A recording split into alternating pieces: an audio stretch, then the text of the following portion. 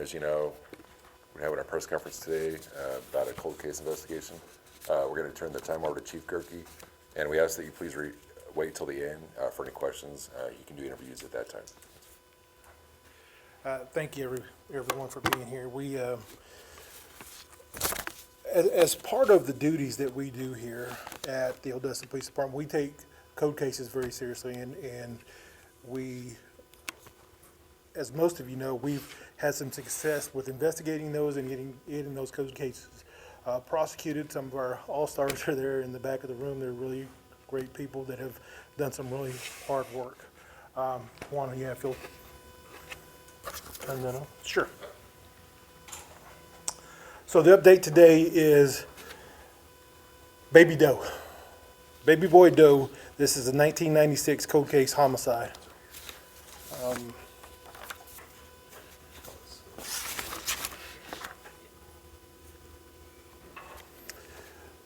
On July 18th, 1996, so we're talking 30 years ago. At approximately 7:50 a.m., the Odessa Police Department responded to the alleyway located between the 1300 block of Clifford and the 1300 block of Boatwright.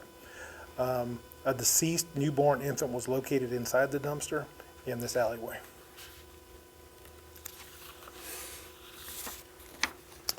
The neighborhood was canvassed for leads and for the, to find the identity of the deceased baby, who the baby belonged to, what family. There were no leads. Nothing happened. Until very recently, we had zero idea of the identity of the parents of this infant. An autopsy of Baby Doe revealed that he had been born a full-term, healthy infant.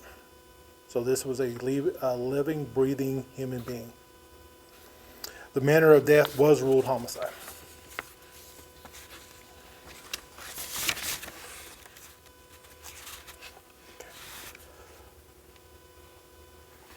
That's okay, Warren.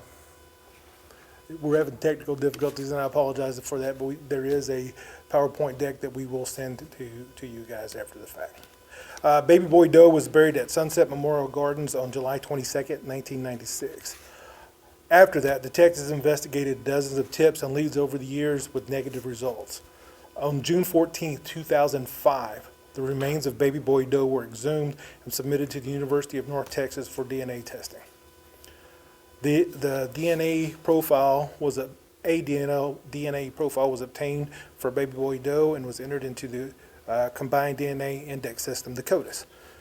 But there were no hits as to help identify Baby Boy Doe.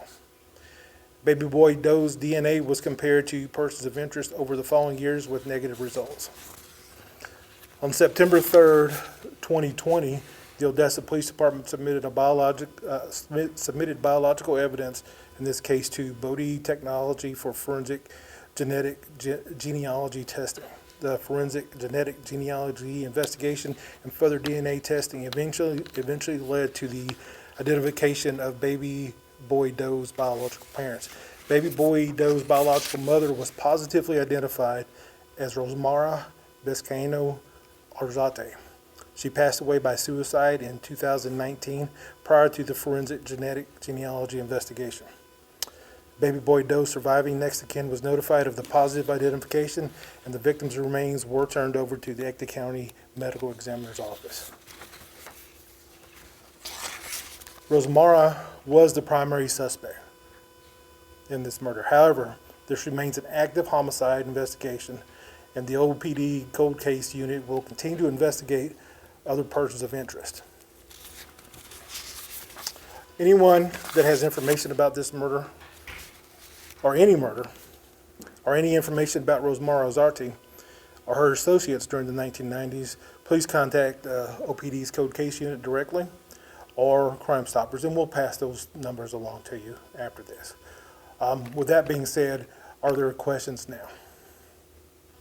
So any arrests going to be made anytime soon? Well, again, if our primary suspect is deceased, and it is a still open, active cold case, there are other avenues to walk down, but at this point there are no arrest imminent. I understand that one of the officers during that time actually bought that outfit for burial. Is that accurate? And I don't know if that's accurate or not, Danny. What in '05 prompted you guys to resume just the increase in technology? Yeah, I mean, I think we all know DNA tech. You know, the technology behind that, the science has it is. You know, the abilities have increased dramatically over the years. So absolutely, and then sending it to Bodie. Bodie is one of the. They're in the forefront of that type of testing. So they are one of the areas where the companies that you would absolutely send this type of material to get a good, accurate test. Going forward, what are you guys going to keep doing? There's investigations and next steps. Well, there's always people to talk to. We're hoping, having this conversation now, we're hoping that maybe some other people will come forward and provide other information. There are other information out there that we know about that we're currently following up on, but we don't rest on these cases. You know, like I said in the beginning, we've had some very good success in investigating code cases and bringing those to prosecution, and had successful prosecution on several cases. So we hope that happens in this case. We can't promise that will happen in this case. The work will never stop. Chief, you mentioned that the mother had committed suicide. Yes. Are you all investigating that angle as well, that what caused her to commit suicide? Well, again, it's very hard because the only person that really knows why she committed suicide is her, and you can't ask that question. I know you've identified the mother. Are you doing the same for the father? So there is a person that is probably identified as the father now, but because he's still living and has privacy concerns, and this is still an ongoing investigation, we don't want to do anything that would jeopardize the ongoing investigation. Was the baby born in a hospital? No, it was born in the house. PowerPoint's working out in case you want to. Well, just some of the, that is.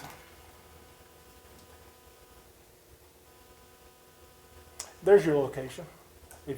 This is a Valley Elementary School. This is off of Clements,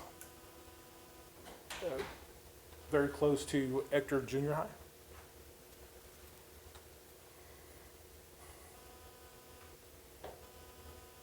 And we went over all this.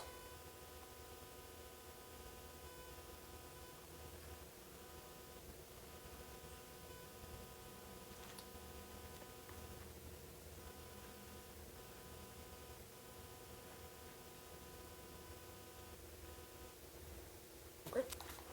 Chief, Yeah. could you go back to the map of the I'm sorry. Sure.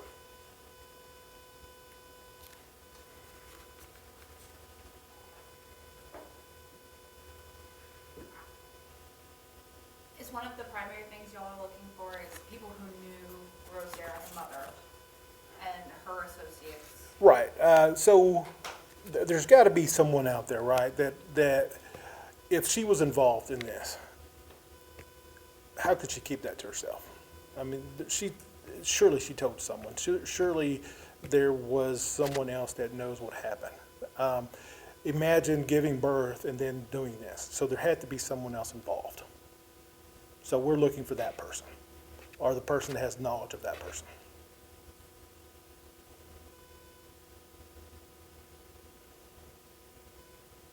If someone does know something, why is it so important for them to come forward? What are you guys asking? Well, I mean, because, I understand this is almost 30 years old, but justice is justice. I mean, this is a baby. This was a fully functioning, living, breathing person when he was killed. That person deserves justice.